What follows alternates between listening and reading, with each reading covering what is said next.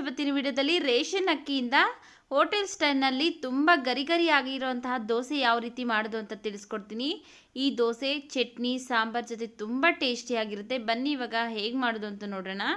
ನೋಡಿ, ಇಲ್ಲಿ ಒಂದು ಪಾತ್ರೆಗೆ ನಾನು ಈ ಗ್ಲಾಸಲ್ಲಿ 3 ಗ್ಲಾಸ್ ರೇಷನ್ ಅಕ್ಕಿ ಹಾಕೊಳ್ತಾ ಇದ್ದೀನಿ.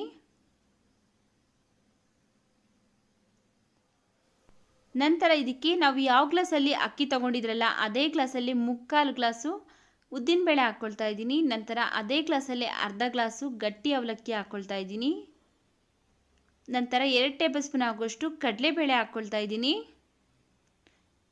ಹಾಗೆಯೇ 1 ಟೇಬಲ್ ಸ್ಪೂನ್ ಆಗುವಷ್ಟು ಮೆಂತ್ಯಕಾಳು ಹಾಕ್ಕೊಳ್ತಾ ಇದ್ದೀನಿ. ಈಗ ಇವಿಷ್ಟನ್ನು ಒಂದು 4ರಿಂದ 5 ಸರಿ ಚೆನ್ನಾಗಿ ವಾಶ್ ಮಾಡ್ಕೊಳ್ಬೇಕು. ನೋಡಿ, ಒಂದು 4ರಿಂದ 5 ಸರಿ ಚೆನ್ನಾಗಿ ವಾಶ್ ಮಾಡ್ಕೊಂಡಿದ್ದೀನಿ. ಈಗ ಇದಕ್ಕೆ ಮುಳುಗುವಷ್ಟು ನೀರನ್ನು ಹಾಕ್ಕೊಳ್ತಾ ಇದ್ದೀನಿ. ನೀರನ್ನು ಹಾಕಿದ್ಮೇಲೆ ಒಂದು ಲಿಡ್ನ ಕ್ಲೋಸ್ ಮಾಡಿ ಒಂದು 5ರಿಂದ 6 ಗಂಟೆಗಳ ಕಾಲ ನೆನೆಯೋದಕ್ಕೆ ಬಿಡಬೇಕು. ನೋಡಿ, ಒಂದು 5ರಿಂದ 6 ಗಂಟೆ ಆಗಿದೆ. ಅಕ್ಕಿ ಎಲ್ಲ ಚೆನ್ನಾಗಿ ನೆಂದಿದೆ, ನೀವೇ ನೋಡ್ಬೋದು. ಈಗ ಈ ಅಕ್ಕಿನ ನಾವು ಮಿಕ್ಸಿ ಜಾರ್ಗೆ ಹಾಕ್ಕೊಂಡು ರುಬ್ಕೋಬೇಕು. ನಿಮ್ಮ ಹತ್ರ ಗ್ರೈಂಡರ್ ಇದ್ದರೆ ಗ್ರೈಂಡರಲ್ಲೂ ಸಹ ರುಬ್ಕೊಳ್ಬೋದು. ನೀವೇನಾದರೂ ಫಸ್ಟ್ ಟೈಮ್ ನಮ್ಮ ಚಾನಲ್ಗೆ ವಿಸಿಟ್ ಮಾಡಿ ವಿಡಿಯೋ ನೋಡ್ತಾ ಇದ್ದರೆ ಪ್ಲೀಸ್ ನಮ್ಮ ಚಾನಲ್ಗೆ ಸಬ್ಸ್ಕ್ರೈಬ್ ಮಾಡಿಕೊಂಡು ಸಪೋರ್ಟ್ ಮಾಡಿ. ಈಗ ಮಿಕ್ಸಿ ಜಾರ್ಗೆ ಅಕ್ಕಿ ಹಾಕ್ಕೊಂಡಾಗಿದೆ. ಇದಕ್ಕೆ ಒಂದು ಸ್ವಲ್ಪ ನೀರನ್ನು ಸೇರಿಸಿ ನುಣ್ಣಗೆ ಗ್ರೈಂಡ್ ಮಾಡ್ಕೊಳ್ಬೇಕು. ಒಂದು ಸ್ವಲ್ಪನೂ ತರಿ ಇಲ್ಲದೆ ಇರೋ ಥರ ನುಣ್ಣಗೆ ನೋಡಿ ಈ ರೀತಿಯಾಗಿ ಗ್ರೈಂಡ್ ಮಾಡ್ಕೋಬೇಕು. ಈಗ ಇದನ್ನು ಒಂದು ಪಾತ್ರೆಗೆ ಸೇರಿಸ್ಕೊಳ್ತಾ ಇದ್ದೀನಿ. ಉಳಿದಿರುವಂತಹ ಅಕ್ಕಿನೂ ಸಹ ಇದೇ ರೀತಿಯಾಗಿ ರುಬ್ಬಿ ಇದೇ ಪಾತ್ರೆಗೆ ಸೇರಿಸ್ಕೊಳ್ತೀನಿ.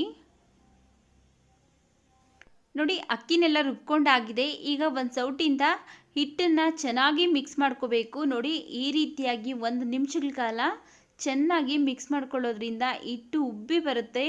ನಾವು ಇಡ್ಲಿ ಅಥವಾ ದೋಸೆ ಮಾಡ್ಕೊಳ್ಬೇಕಾದ್ರೆ ಹಿಟ್ಟು ರುಬ್ಬಿದ ತಕ್ಷಣವೇ ಚೆನ್ನಾಗಿ ಮಿಕ್ಸ್ ಮಾಡ್ಕೊಳ್ಳೋದ್ರಿಂದ ಹಿಟ್ಟು ಹುದುಗಿ ಉಬ್ಬಿ ಬರುತ್ತೆ. ನೋಡಿ, ಚೆನ್ನಾಗಿ ಮಿಕ್ಸ್ ಮಾಡಿಕೊಂಡ ನಂತರ ಈಗ ಒಂದು ಲಿಡ್ನ ಕ್ಲೋಸ್ ಮಾಡಿ ಒಂದು 7ರಿಂದ 8 ಗಂಟೆಗಳ ಕಾಲ ನೆನೆಯೋದಕ್ಕೆ ಬಿಡಬೇಕು, ಅಂದರೆ ಫರ್ಮೇಟ್ ಆಗಿಬಿಡಬೇಕು. ನಾನಿಲ್ಲಿ ನೈಟ್ ರುಬ್ಬಿ ಇಡ್ತಾ ಇದ್ದೀನಿ, ಬೆಳಗ್ಗೆ ತೋರಿಸ್ತೀನಿ.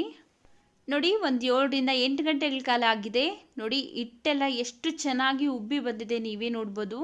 ನಾನಿವತ್ತು ಯಾವ ಟಿಪ್ಸ್ನ ಫಾಲೋ ಮಾಡಿದ್ನಲ್ಲ ಅದೇ ರೀತಿ ಟಿಪ್ಸ್ನ ನೀವು ಫಾಲೋ ಮಾಡಿ. ಪ್ರತಿ ಸಾರಿನೂ ಸಹ ಚೆನ್ನಾಗಿ ಹಿಟ್ಟು ಉಬ್ಬಿ ಬರುತ್ತೆ. ನೋಡಿ, ಈಗ ಇದನ್ನು ಒಂದ್ಸರಿ ಚೆನ್ನಾಗಿ ಮಿಕ್ಸ್ ಮಾಡ್ಕೊಳ್ತಾ ಇದ್ದೀನಿ. ನೋಡಿ, ಮಿಕ್ಸ್ ಮಾಡ್ಕೊಂಡಾಗಿದೆ. ಈಗ ಈ ಹಿಟ್ಟನ್ನು ನಾವು 3ರಿಂದ 4 ದಿನ ಫ್ರಿಜ್ಜಲ್ಲಿ ಸ್ಟೋರ್ ಮಾಡ್ಕೋಬೋದು. ಉಪ್ಪು ಸೋಡಾ ಏನು ಹಾಕ್ದೇನೆ ಹಾಗೆಯೇ ಒಂದು 3ರಿಂದ 4 ದಿನ ಸ್ಟೋರ್ ಮಾಡ್ಕೋಬೋದು. ನೋಡಿ, ಈಗ ನಾನು ದೋಸೆ ಮಾಡೋದಕ್ಕೆ ಎಷ್ಟು ಹಿಟ್ಟು ಬೇಕೋ ಅಷ್ಟು ಹಿಟ್ಟನ್ನು ನಾನು ಬಟ್ಲಿಗೆ ತೆಗೆದಿಟ್ಕೊಂಡಿದ್ದೀನಿ. ಈಗ ಇದಕ್ಕೆ ರುಚಿಗೆ ತಕ್ಕಷ್ಟು ಉಪ್ಪನ್ನು ಹಾಕ್ಕೊಳ್ತಾ ಇದ್ದೀನಿ.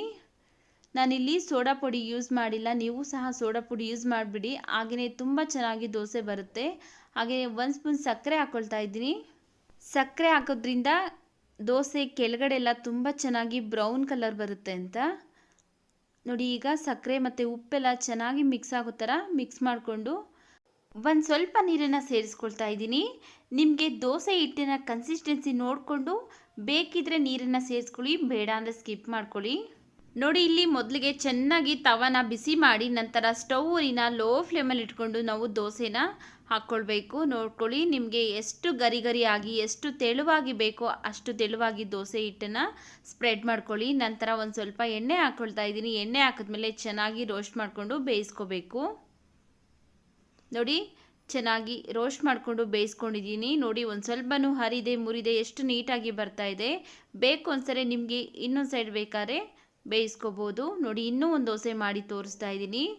ತುಂಬಾ ಗರಿ ಆಗಿ ಬರುತ್ತೆ. ನಾನಿವತ್ತು ಯಾವ ಟಿಪ್ಸ್ನ ಫಾಲೋ ಮಾಡಿದ್ದೀನಿ ಅದೇ ಟಿಪ್ಸ್ನ ನೀವು ಫಾಲೋ ಮಾಡಿದ್ರೆ ತುಂಬ ಪರ್ಫೆಕ್ಟಾಗಿ ತುಂಬ ಗರಿಯಾಗಿ ದೋಸೆನ ನೀವು ಮಾಡ್ಕೋಬೋದು ಮನೇಲಿ. ನೋಡಿ, 2ನೇ ದೋಸೆನೂ ಸಹ ರೆಡಿಯಾಗಿದೆ, ತೆಗೆದುಕೊಳ್ತಾ ಇದ್ದೀನಿ. ನಮ್ಮ ಚಾನಲಲ್ಲಿ ನಿಮಗೆ ರೇಷನ್ ಅಕ್ಕಿಯಿಂದ ತುಂಬ ಸಾಫ್ಟ್ ಆಗಿರುವಂಥ ಇಡ್ಲಿ ಮಾಡೋ ರೆಸಿಪಿನ ಅಪ್ಲೋಡ್ ಮಾಡಿದ್ದೀನಿ. ಪ್ಲೀಸ್ ನಿಮಗೆ ಇಂಟ್ರೆಸ್ಟ್ ಇದ್ದರೆ ಒಂದ್ಸರಿ ನೀವು ಚೆಕ್ ಮಾಡಿ. ನೋಡಿದ್ರಲ್ಲ ಸ್ನೇಹಿತರೆ, ಎಷ್ಟೊಂದು ಈಸಿಯಾಗಿ ರೇಷನ್ ಅಕ್ಕಿಯಿಂದ ಗರಿಯಾದಂತಹ ದೋಸೆ ಯಾವ ರೀತಿ ಮಾಡೋದು ಅಂತ. ಈ ವಿಡಿಯೋ ಇಷ್ಟ ಆಗಿದ್ರೆ ಪ್ಲೀಸ್ ಲೈಕ್ ಮಾಡಿ, ನಿಮ್ಮ ಫ್ಯಾಮಿಲಿ ಫ್ರೆಂಡ್ಸ್ಗೆಲ್ಲ ಶೇರ್ ಮಾಡಿ. ಹಾಗೆ ನಮ್ಮ ಚಾನಲ್ ಇನ್ನೂ ಸಬ್ಸ್ಕ್ರೈಬ್ ಮಾಡ್ಕೊಳ್ಳದೆ ನೋಡ್ತಾ ಇದ್ದರೆ ಪ್ಲೀಸ್ ನಮ್ಮ ಚಾನಲ್ಗೆ ಸಬ್ಸ್ಕ್ರೈಬ್ ಮಾಡಿಕೊಂಡು ಸಪೋರ್ಟ್ ಮಾಡಿ.